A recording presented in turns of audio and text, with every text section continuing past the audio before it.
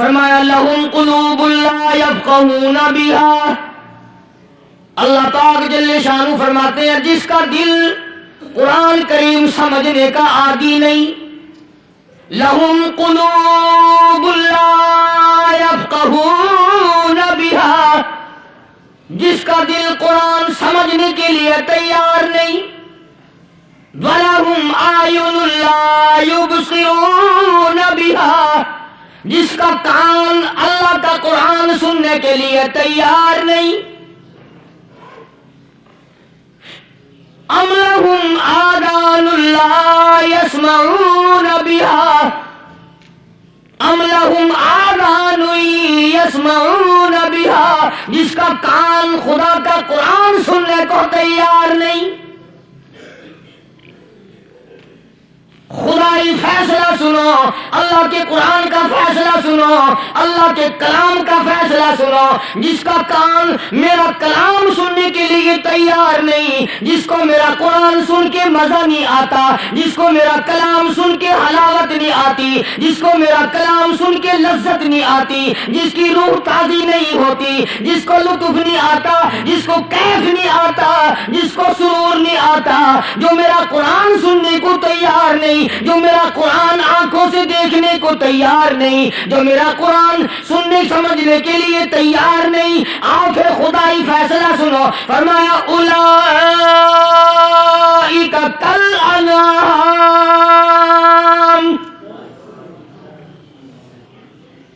میرا فیصلہ نہیں، کسی پارٹی کا فیصلہ نہیں، کسی فرقے کا نہیں، کسی طبقے کا نہیں، کسی جماعت کا نہیں، فرمایا اولئک الانعام، پیدا کرنے والا مالک و خالق کہتا ہے مجھے اپنی کبریائی کی قسم یہ سارے جانور ہیں،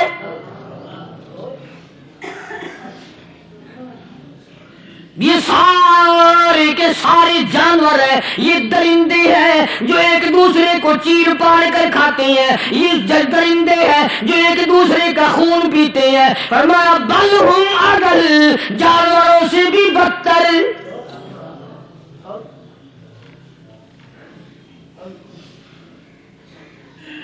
جس کے دل میں قرآن سن کر ترس نہیں، جس دل میں رحم نہیں، اپنے سے کمزور دیکھ کر جس کے دل میں شفقت نہیں، مہربانی کا مادہ نہیں، فرمایا وہ کوئی بندہ ہے، وہ تو جانور ہے، اور خدا قسم میں آ گیا فرمایا بل ہم اضل، اس سے بھی بدتر۔ اللہ والے جو ہیں وہ ان خصلتوں کو دور کراتے ہیں، اور وہ آدمی کے مزاج اور دل میں سے ایسی چیزیں نکالتے ہیں جو اس کی بربادی کا ذریعہ بنتا ہے۔ دل کی بیماریوں کا کسی کو فکر نہیں، بخار ہو جائے آپ چڑھ جائے آپ کو پتہ چل جاتا ہے، نزلہ ہو جائے آپ کو پتہ چل جاتا ہے، کھانسی ہو جائے پتہ چل جاتا ہے، دل کی بیماریوں کا کیا پتہ چلے؟ صحابہ کرام رضوان اللہ تعالی علیہم اجمعین کی جماعت کے اللہ پاک کے محبوب حضرت محمد رسول اللہ صلی اللہ تعالی علیہ وسلم نے دلوں کی صفائی کی۔ پہلے لوگ جھونپڑیوں میں کچے کوٹھوں میں رہتے تھے، نہ اتنی صفائی تھی نہ اتنی ترقی تھی۔ آج برتنوں کی صفائی دیکھو، کپڑوں کی صفائی دیکھو، مکان کی صفائی دیکھو، رات دن بس اسی دھندے میں لگے ہوئے، سارا دن برتن دھونے سے فرصت نہیں، سارا دن کپڑوں کے بناؤ اور سوار میں فرصت نہیں۔ تو اللہ والے ایسے موقع پر بڑی عجیب بات کہتے ہیں، وہی مجذوب ہے، مجذوب علیہ رحمت کہتے ہیں بظاہر تو ہر شے میں بے حد صفائی، بظاہر تو ہر شے میں بے حد صفائی، مگر دل میں ہے گندگی انتہائی۔ بظاہر تو ہر شے میں چہرے کی صفائی، بدن کی صفائی، نہ جانے کتنی قسم کا صابن ہے، نہ جانے کتنی قسم کے پاؤڈر ہے، نہ جانے کتنی قسم کے شیمپو ہے، نہ جانے کتنے قسم کے کپڑے ہیں، کیا چال ڈھال ہے، کیا نئے نئے ڈیزائن ہے۔ مجذوب کہتا ہے سب کچھ دیکھ لیا، بظاہر تو ہر شے میں بے حد باشد صفائی، مگر دل میں ہے گندگی انتہائی۔ جس یار کی بیٹھک میں بیٹھ کے کھانا کھایا، جس رشتہ دار کی بیٹھک میں بیٹھ کے کھانا کھایا، اسی کی بہن کو دیکھ کر آبرو پہ جا کر ڈالنے کا پروگرام ہے۔ جس دوست کے گھر میں بیٹھ کے کھانا کھایا، اسی دوست کی بیوی کی عزت لوٹنے کا پروگرام ہے۔ پرانے زمانے میں اب بھی دلی جیسے شہر میں اگر دعوت کی جاتی ہے تو وہاں ایک تشتری میں نمک آتا ہے سب سے پہلے۔ عرب میں بھی دستور تھا پرانے زمانے میں، اگر کوئی دعوت کرتا، کوئی تقریب کرتا، سب سے پہلے نمک آتا تھا۔ ایک ایک انگلی ہر شخص نمک چاٹتا تھا۔ کیا مطلب؟ جس نے نمک چاٹ لیا اب وہ نمک حرامی نہیں بنے گا۔ اس گھر میں چوری کرنا، اس گھر کی آبرو کا غلط تصور لانا، اس گھر کے مال میں خیانت کرنا وہ حرام سمجھتا تھا جس گھر کا میں نے نمک چکھ لیا۔ اور مسلمانوں کی بات نہیں، ہندوؤں کی بھی یہ باتیں تھی۔ مولانا محمد علی صاحب جلندری صاحب قید رحمت اللہ علیہ فرمایا کرتے تھے کہ ایک سکھ تھا بہت بڑا ڈاکو، مسلمان اور ہندو مل کر اس کو ساتھ ملا کر کے لے گئے کہ یہاں اس گاؤں میں اس پنڈ میں ڈاکہ ڈالے۔ سفر کر کے گئے، تکلیف اٹھا کے گئے۔ اس سکھ ڈاکو نے پوچھ لیا کہ یہ کون سا گاؤں ہے کہ یہ فلانا ہے۔ اچھا سارے کے سارے یہ تلاش کرو، یہ سوچ بچار کرو، اپنے پنڈ کی، اپنے علاقے کی، کسی مسلمان کی، کسی ہندو کی، کسی سکھ کی، کسی چوڑے چمار کی اس گاؤں میں لڑکی تو نہیں؟ ہمارے یہاں سے کوئی لڑکی تو شادی ہو کے یہاں نہیں آئی ہوئی؟ ان ساروں میں سے کہنے لگا کہ ہمارے بھنگی کی لڑکی جمعدار کی یہاں آئی ہوئی ہے۔ کہنے لگا واپس چلو، بیٹی بیٹی ہے، چاہے بھنگی کی ہو یا نواب کی ہو۔ ارے کل بیٹی کا ڈولا دیا تھا کہ ڈاکہ ڈالیں گے، شرم نہیں آئے گی؟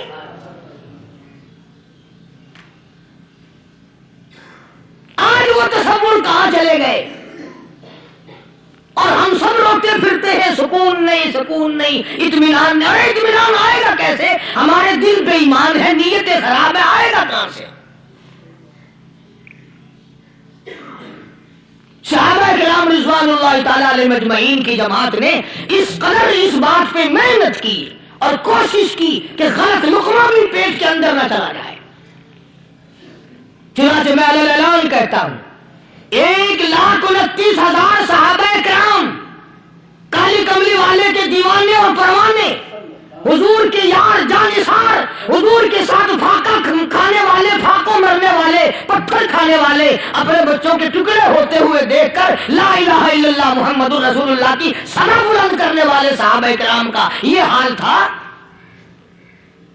پیدل سفر کر کے جاتے تھے یہودی عیسائی، شام نکل گئے، فلسطین نکل گئے، ہندوستان آ گئے، 2 سال لگ جاتے تھے، اپنی جوان بیٹیوں کو مسلمانوں کے گھروں میں چھوڑ کے آ جاتے تھے۔ کبھی نگاہ نبوت نے جن کو رنگ دیا تھا، کبھی کسی صحابی پہ ذرہ برابر الزام نہیں لگا۔ ان یہودیوں کا، ان عیسائیوں کا یہ عقیدہ تھا کہ محمد صلی اللہ علیہ وسلم کے جو غلام ہیں، ان کی نگاہ بھی پاک ہے، ان کے دل بھی پاک ہیں، ان کے ارادے بھی پاک ہیں، ان کے ہاتھ بھی پاک ہیں۔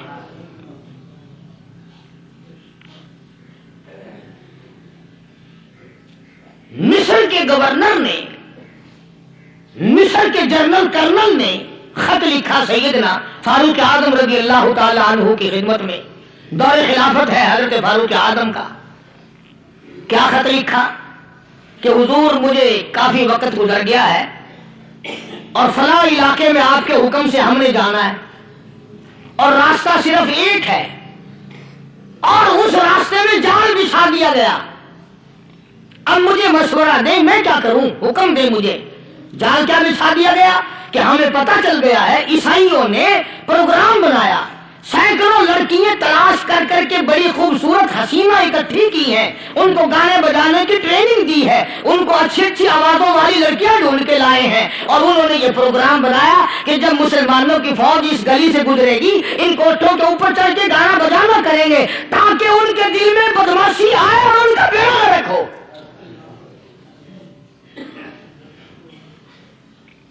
کبھی کافر کا یہ عقیدہ تھا کہ مسلمان کا دل بگڑا تو یہ گیا، اس کی نیت میں خرابی آئی اور یہ تباہ ہوا۔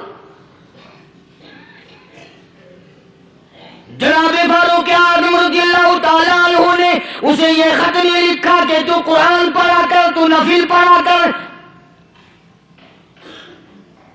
امیر المومنین خلیفۃ المسلمین سیدنا فاروق اعظم رضی اللہ تعالیٰ عنہ نے اپنے جنرل کرنل کو خط لکھا کہ اس میں لمبی چوڑی فکر کی کوئی بات نہیں، اس میں کوئی پریشانی والی بات نہیں، کوئی سوچ و بچار والی بات نہیں، سارے تیری فوج میں تیری کمان میں مسلمان ہیں، سب کو اکٹھا کر لے، ساروں کو اکٹھا کر کے قرآن کریم کے سورۃ نور کی 2 آیتیں سنا دے۔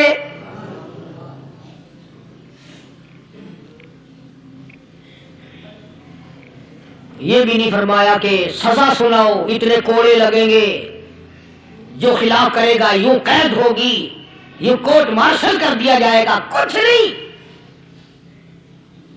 جناب فاروق اعظم رضی اللہ تعالیٰ عنہ کی رائے دیکھو، ان کے خیال میں قرآن کریم میں اتنی بڑی طاقت ہے، اتنی بڑی عظمت ہے، اتنی بڑی کرامت ہے، کلام الہی میں اتنا بڑا شرف ہے۔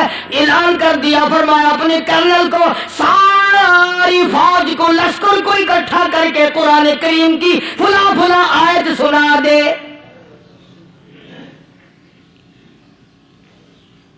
اور اس کے بعد بے دھڑک فوج کو، لشکر کو اسی راستے سے گزار کے لے جا، بے دھڑک لے جا۔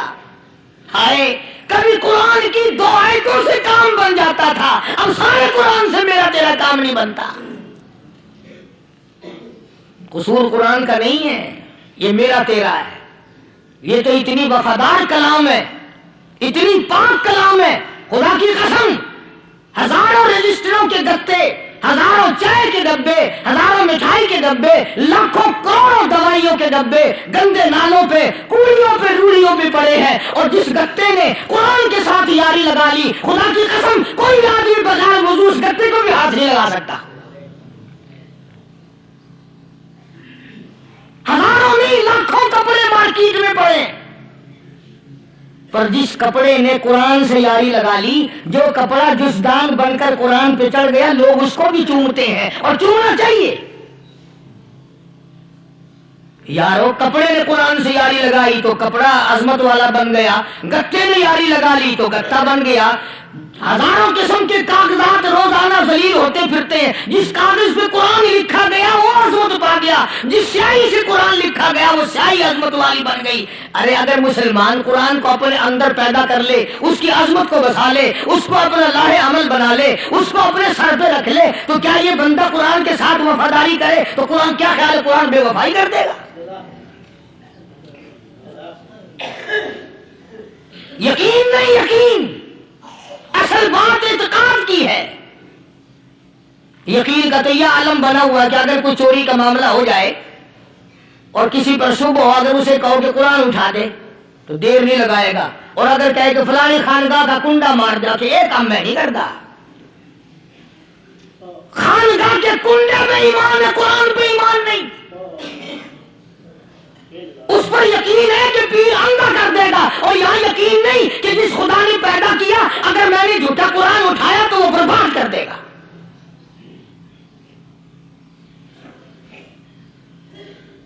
عجیب عجیب لوگ ہیں۔ چنانچہ مصر کے کرنل نے، مصر کے جنرل نے ساری فوج کو اکٹھا کر لیا۔ اس نے بھی یہ بات تو نہیں کہی کہ فاروق اعظم کو دوبارہ خط لکھتا کہ حضرت یہ تو 2 آیتیں آپ نے لکھی، یہ تو سارا قرآن روز پڑھتے ہیں، پر بنے گا کیا؟ جیسے فاروق اعظم کا یقین تھا، فاروق اعظم کی فوج کے کرنل کا بھی یقین ہے، فاروق اعظم کے فوج کے جنرل کا بھی یقین ہے۔ اس نے ساری فوج کو اکٹھا کیا، لشکر کو جمع کیا، اور اس کے بعد کہنے لگا قل للمؤمنین یغضوا من ابصارکم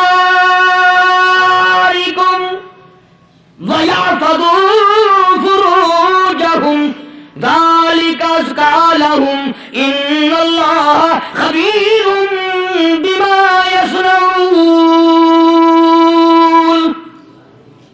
او لوگو، خدا اللہ تمہیں کہتا ہے اپنی آنکھوں کی حفاظت کرو، اگر تمہاری نظریں غلط جگہ پڑی اپنی عزت کی حفاظت کرو، اپنی آبرو کی حفاظت کرو، اگر غلط نظریں پڑی غلط استعمال ہوئی، ان اللہ خبیر بما یصنعون، اللہ پاک تمہارے ساتھ ساتھ ہے، وہ ہر چیز کو دیکھتا جائے گا، وہ ہر چیز تمہاری دیکھے گا۔ چنانچہ تاریخ شاہد ہے، ابن حشام نے لکھا ہے، ابن خلدون نے لکھا ہے اور کئی مورخین نے لکھا ہے کہ جب مسلمان جنرل نے، مسلمان کرنل نے اپنی فوج کو قرآن کی 2 آیتیں سنائی اور اس کے بعد حکم دیا چلو، تمام کا تمام لشکر چل رہا ہے، ادھر ڈھول بجا، دھماکے بجے، گانا شروع ہوا، گانا بجانا شروع ہوا، ساری فوج نکل گئی، سارا لشکر چلا گیا، لڑکیوں نے دیکھا کہ یہ تو ختم ہو گئے، نیچے آواز دیتی کہنے لگی اور جانے والوں یہ ساری فوج کئی اندھوں کی فوج تو نہیں؟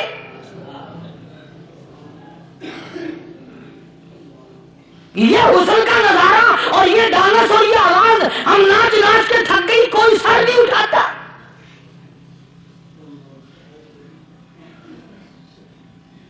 اور آج دیکھ لیں آپ،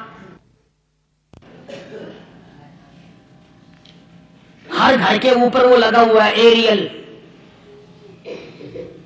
لعنت کا ایریل لگا ہوا ہے، لعنت کا ایریل۔ حاجیو تم کیا کہتے ہو کہ ہمارے گھر کا اس میں کیا بگڑے گا؟ خدا کی قسم وہ بگڑتا ہے، وہ دیمک لگتی ہے، وہ تباہی پھرتی ہے، تمہیں پتہ بھی نہیں چلتا۔ تم نے کیا سوچ رکھا ہے؟ مسلمان کرنل کے حکم پہ ساری فوج نکل گئی، ناچنے والی گانے والی لڑکیاں عیسائیوں کی حیران ہیں، کیا ہوا؟ لاکھوں کی تعداد میں فوج گزر گئی، کوئی نگاہ اٹھا کے نہیں دیکھتا۔ ایک مسلمان سپاہی گزرتا گزرتا نیچی نظریں کیے کیے کہنے لگا سر کیسے اٹھائے، نگاہ کیسے کوئی اٹھائے گا؟ یہ سارے کے سارے اللہ کا قرآن سن کر آئے ہیں۔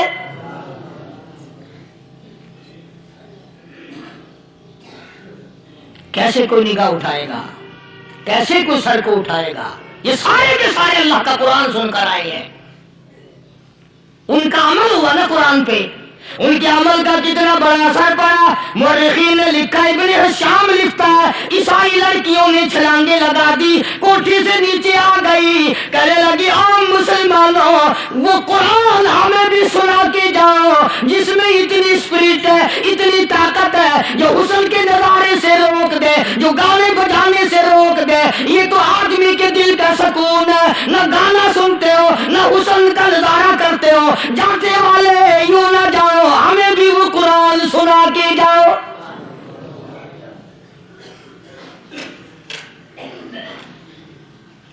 اس قرآن میں کتنی بڑی طاقت ہے، وہ کتنی عظمت ہوگی، اس میں اس کلام میں کتنی برکت ہوگی، جس کلام میں یہ تاثیر ہے کہ وہ ایسی ایسی چیزوں سے روک دیتا ہے۔ چنانچہ ایک مسلمان سپاہی چلتا بھی جاتا ہے اور کہنے لگا وَقُلْ لِلْمُؤْمِنِينَ وَقُلْ لِلْمُؤْمِنِينَ، قرآن کی آیت پڑھ کے سنائی، سینکڑوں نہیں بے شمار لڑکیاں ایک مسلمان کی زبان سے اللہ کا قرآن سن کے کہنے لگی اور جانے والوں چھوڑ کے نہ جاؤ، ہمیں بھی کلمہ پڑھاؤ۔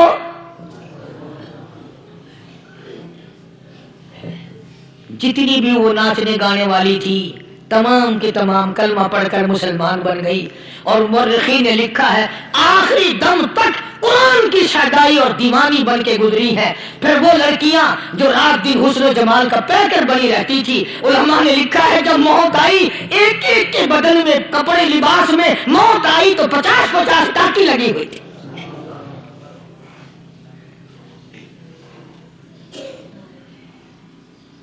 بظاہر تو آج بھی بڑی جھاڑا پونجی ہے، بڑی صفائی ہے، بڑی دوڑ دھوپ ہے۔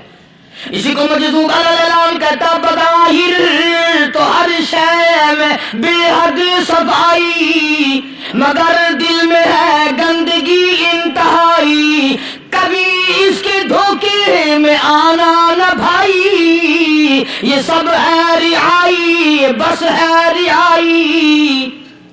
یہ تو چیز ہی کچھ نہیں. بڑے بڑے دھندے ہمیں پلٹتے دیکھے, بڑے بڑے نظام بگڑتے دیکھے. محمد عربی صلی اللہ تعالی علیہ وسلم کے دربار میں بڑے بڑے لوگ آتے تھے. اللہ غنی, نگاہ نبوت نے جس کو رنگ دیا, سبحان اللہ, پھر قیمت بن گیا, وہ اسلام کی دولت سے پیچھے نہ ہٹا. کوئی پیچھا پھر کے دیکھا ہی نہیں کہ ہم کیا کر رہے ہیں. ایک لذت تھی, ایک کیف تھا, ایک سرور تھا صحابہ کرام کو. کہاں سے وہ چیز ہم لائیں, کیسے ہم میں وہ چیز پیدا ہوگی. جنگ بدر ہوا, بڑی بہترین بات ہے, توجہ لکھ کے لے جاؤ, انشاءاللہ قبروں میں دعائیں دو گے. جنگ بدر ہوا, 70 سے زیادہ کافر پکڑے گئے, مدینے میں پکڑ کے قیدی بنا کر کے لائے گئے. تنگ دستی کا زمانہ ہے, 1 سال نہیں ہوا مسلمان گزر کے آئے تھے, مار کھا کے آئے, پریشان ہو کر آئے, دن دولت چھوڑ کر لٹا کر آئے. ان کے پلے کیا تھا؟ شام کا وقت ہوا, نبی کریم صلی اللہ تعالی علیہ وسلم نے مسجد کے دروازے میں کھڑے ہو کر اعلان فرما دیا, کون ہے, کون ہے جو میرے مہمانوں کو کھانا کھلائے. اور وہ مہمان کو شہنشاہ نہیں تھے, ہیں بھی کافر, ہیں بھی اسلام کے دشمن, آئے بھی صحابہ کرام کو مارنے, میدان جنگ سے پکڑ کے لائے گئے, جنگی قیدی ہیں. اس نبی کی طرف کبھی منہ کیا کر جس نبی کا تو غلام ہے, امتی بنا پھرتا ہے. فرمایا, کون ہے جو میرے مہمانوں کو کھانا کھلائے. صحابہ کرام میں سے کسی نے 2 پکڑ لیے, کسی نے 1 کو ساتھ لے لیا. ایک بنادار سا غریب سا صحابی ہے, اس نے ساتھ لے لیا ایک مہمان اور گھر لے کے گیا. بیوی کو کہنے لگا کہ کھانا کتنا ہے, کہ بس 1 آدمی ہوگا, 1 آدمی کی کافی ہوگا. کان میں کہنے لگا اپنی بیوی کے, دستور تھا عرب کا, مہمان اور میزبان اکٹھے کھایا کرتے تھے. اپنی گھر والی کے کان میں کہنے لگا کہ اس کے آگے کھانا رکھ دیں گے مہمان کے, جب یہ کھانا شروع کر دے گا کسی بہانے سے دیوا بجھا دیو, میں یوں ہی منہ کو خالی ہلاتا رہوں گا, یہ کھانا کھا لے گا, پیٹ بھر جائے گا اس کا. چنانچہ کھانا آگے رکھ دیا, جو کچھ بھی تھا. اس نے کھانا شروع کیا کہ جی آپ بھی کھائیں, کہ ہاں ہاں میں بھی کھا رہا ہوں. بس یوں ہی کھانے میں بھی ہاتھ لگائے, منہ کو بھی ہاتھ لگائے, اور منہ کو چلائے بھی برابر. بیوی نے چراغ بجھا دیا. یہ عمل تو صحابی کر رہا ہے اپنے گھر میں. ادھر قرآن کریم نازل ہو گیا محمد کریم صلی اللہ علیہ وسلم کی ذات پہ, فرمایا وَيُؤْثِرُونَ عَلَىٰ أَنفُسِهِمْ وَلَوْ كَانَ بِهِمْ خَصَاصَةٌ وَمَن يُوقَ شُحَّ نَفْسِهِ فَأُولَٰئِكَ هُمُ الْمُفْلِحُونَ. اور میرے محبوب مبارک کو, تیری امت میں ایسے لوگ بھی ہیں جو اپنا منہ خالی ہلا رہا ہے, بیوی بھوکی بیٹھی ہے, چراغ بجھائے بیٹھی ہے, اور اپنے ہاتھ کو خالی چلا رہا ہے, اور میرے بندے کا پیٹ بھر رہا ہے. اور میرے محبوب, مجھے اپنی عظمت کی قسم, میں تیری ان دیوانوں پہ جنت واجب کر چکا.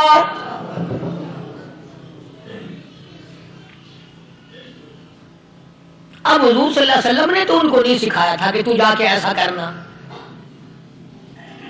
قدرتی مزاج ایسا بنا دیا تھا. ایک اور موقع آیا مدینے پاک میں, جنگی قیدی اور جگہ سے اسی طرح سے آئے. ایک صحابی ایک اور آدمی کو, جنگی قیدی کو کافر میں گھر لے گیا. بیوی کہنے لگی کہ 1 ہی آدمی کا کھانا ہے بس. انہوں نے کہا اس کو دے دو. وہ کافر جنگی قیدی کہنے لگا جی آپ بھی کھائیں. کہنے لگا بھی بات ہے صاف, 1 آدمی کا کھانا ہے, تو کھانا کھا, میں درخت کے پتے چبا لیتا ہوں. وہ کہنے لگا میں کھاؤں گا پتے. انہوں نے کہا تو رئیس آدمی ہے مکے کا, میں پرانا غریب ہوں, مجھے پتے چبانے کی عادت ہے, تیرے پیٹ میں درد نہ ہو جائے, میں عادی ہوں پتے چبانے کا. اس نے پتے چبا لیے.